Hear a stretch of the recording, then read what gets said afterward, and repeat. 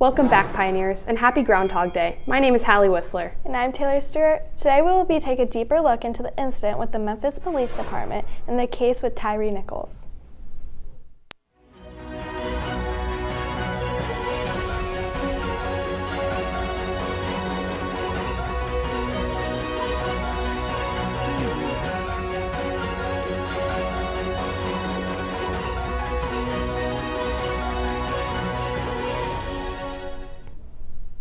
U.S. President Joe Biden and his cabinet have decided against sending F-16 fighter jets to Ukraine. When asked by a reporter on Monday if the U.S. would be providing the planes, Mr. Biden replied no.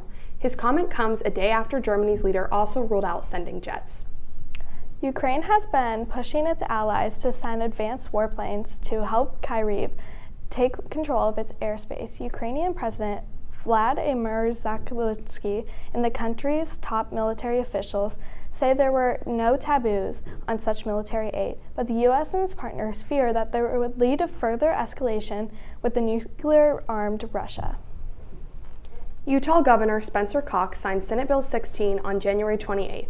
This bill bans hormone replacement therapy and gender-affirming surgery and care for transgender youth in Utah. This makes Utah the first state in 2023 to ban such care.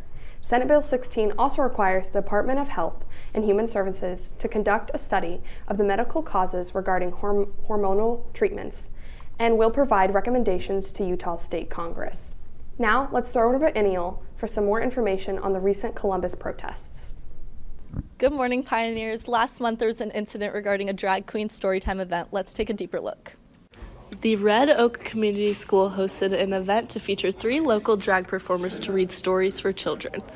The event was called the Holly Drag Storytime, which prompted protesters to show up to the venue with weapons and speak out against the event.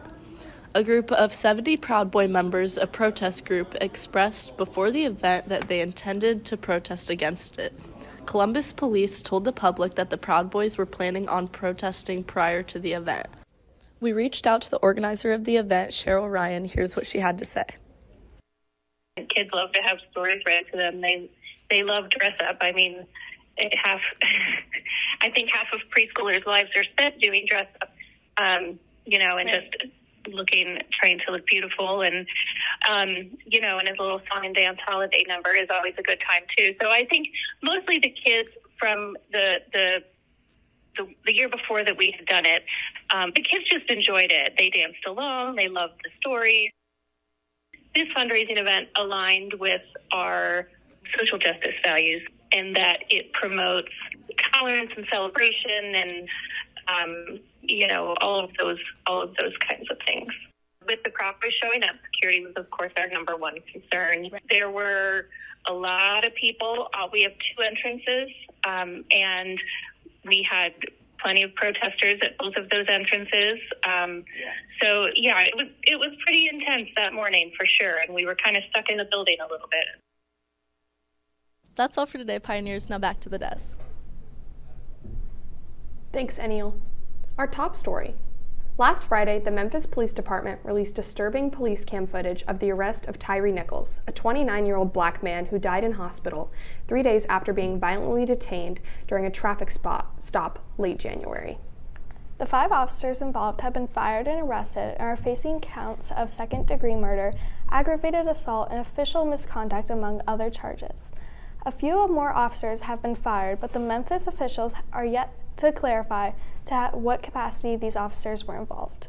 The funeral of Tyre Nichols was yesterday, and many important members of the community showed up to mourn. A civil rights activist, Reverend Alfred Sharpton, made a speech about police brutality. Quote, "They never asked this man for his license, never asked for the car registration, snatched him out of his car and began beating him. Nobody mentioned nothing about no girlfriend. Nobody mentioned nothing about no. They started beating an unarmed man. Our deepest condolences are with the family of Tyre." Japan and the Netherlands have agreed to deal with the U.S. restricting China's access to materials used to make advanced computer chips. They have joined other countries in what people are calling the chip war. China has filed a complaint against the U.S. with the World Trade Center, dealing with tech-related sanctions. This drawback is projected to continue until the consensus is made. Now let's get into some pop culture news. One of YouTube's stars, Huge Efforts has helped 1,000 people see the world in a clearer fashion. Mr. Beast, whose real name is Jenny Donaldson, declared to his 130 million subscribers on YouTube on Friday that he would help cure 1,000 people's blindness. The video depicts a compilation of people who are blind or nearly blind and who underwent cardiac removal surgery paid for by Mr. Beast.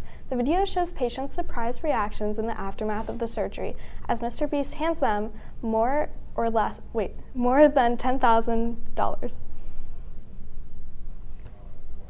Super Bowl 57 is set, and the Philadelphia Eagles and the Kansas City Chiefs will take on each other. For the first time in Super Bowl history, a pair of siblings will play each other in the Super Bowl. Travis Kelce helped the Chiefs return to their third Super Bowl in 4 seasons, on Sunday night beating the Bengals for the AFC title.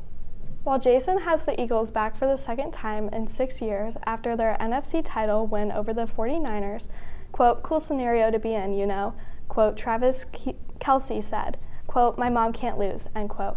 There have been plenty of famous NFL siblings over the years, but they never reached the same Super Bowl. WWE's Royal Rumble kicked off for 2023 on Saturday and proved to be a smashing success. WWE announced Monday that this past weekend's Royal Rumble was the highest grossing and most viewed Royal Rumble in company history.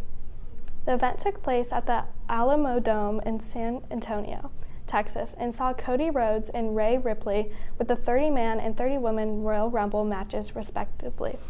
Rhodes returned to action after a long layoff due to a torn pectoral muscle, and Ripley became the first woman to start the Rumble as the first entrant in the contest and win.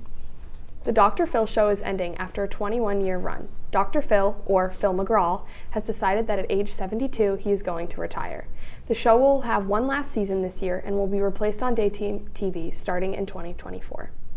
Well, that's all we have for you today, Pioneers. For The Juice, I'm Taylor Stewart. And I'm Hallie Whistler. Thank you for tuning in, and we'll see you next week.